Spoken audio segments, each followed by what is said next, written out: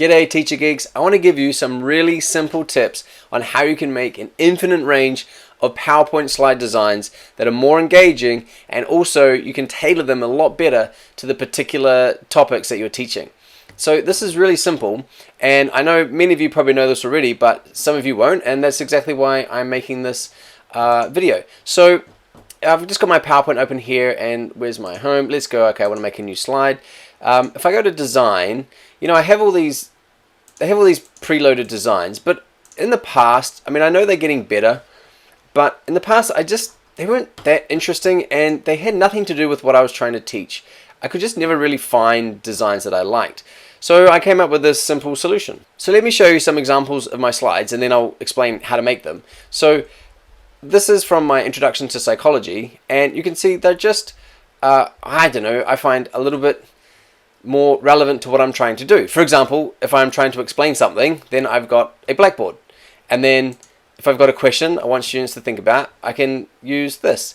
Now this is pretty basic. If I have a think, pair, share in the background here, you know, I've got these two girls talking, and then I can put my text over top of it. And now every time I do a think, pair, share, I just have the slide design ready to go, and I've got a whole bank of templates that I can just draw from. Now this is my very first attempt at making these kind of more engaging slides, so let me show you a more recent one. So these are slides I've got from my Studying with Your Smartphone unit, and we can see I've just chosen an image that I think works really well for this particular unit, and I've set it in the background, and now I can, you know, use these slides to introduce what I'm trying to talk about. Here's the brain dump slide that I used in the previous video that I've just made, and then I've got a couple of questions here. Now I get into my chalk and talk, and this is where I really value PowerPoint because it guides my lesson. You know, I'm not always looking at my lesson plan. I know my PowerPoints are consistent with my lesson plan, so I can just use these to guide myself. So they're as much a reminder for me about what I'd planned for my lesson as they are to present information to the students. And we can see this is probably a bad slide because it's got far too much text, right? These here are probably better.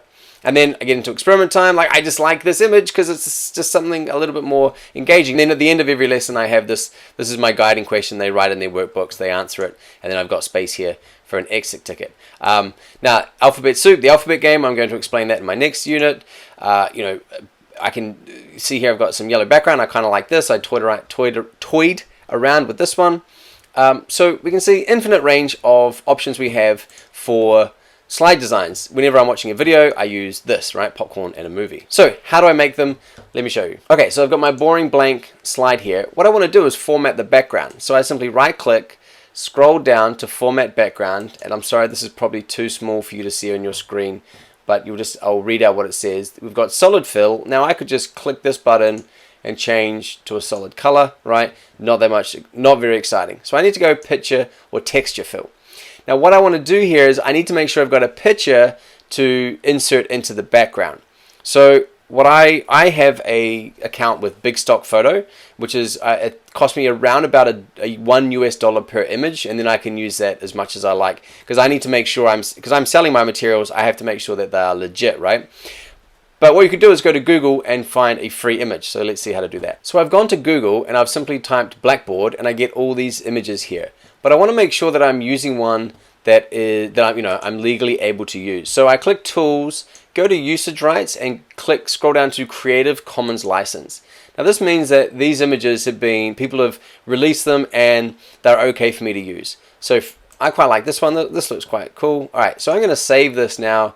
I'll just save it to my desktop because I need to save this image so I can insert it into my background. So now I've got my image saved. I can go back over here to picture or texture fill, right? Remember, I got here by going right clicking, format background. It brings up this side tab, picture or texture fill, picture source. I'm going to click insert, and that should hopefully bring up my option, my desktop. Click on the Blackboard, that's what I just downloaded. Click insert, and voila. Now you might find that the edges get cut off here a little bit, and if you want to adjust that, that's this offset buttons down here. So this is offset by however many percent. I don't know why it does this. Someone who knows more about computers than me will.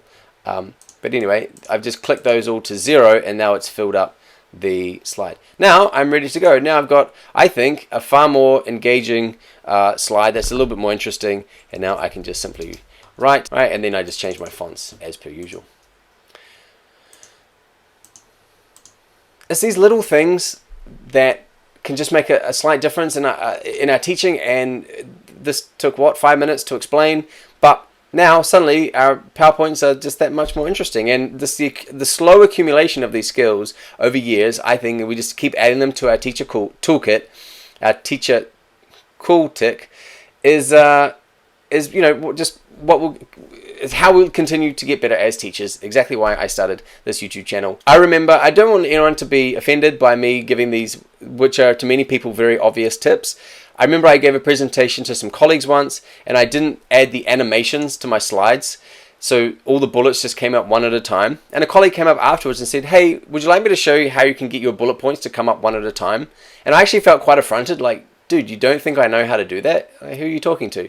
But then later I realized, oh, he was just trying to help me out, and maybe a lot of teachers, don't know how to get their bullets coming up one at a time. And when PowerPoint first came out, I'm sure it was just used and abused with just mountains of text and lectures, and it wasn't used very effectively, and because people didn't know how to use it properly.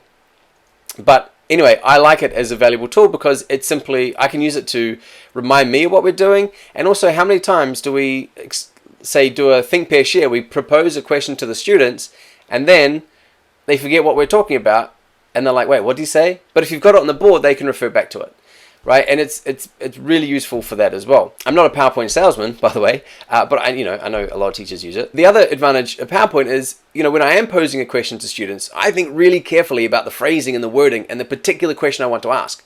And so that, making these ahead of time does allow me to do that. Also means I don't have to keep recreating the wheel every time, right? I can use these PowerPoints, and I have them now, and I just save them, and then I can just tweak and adapt them and improve them over time.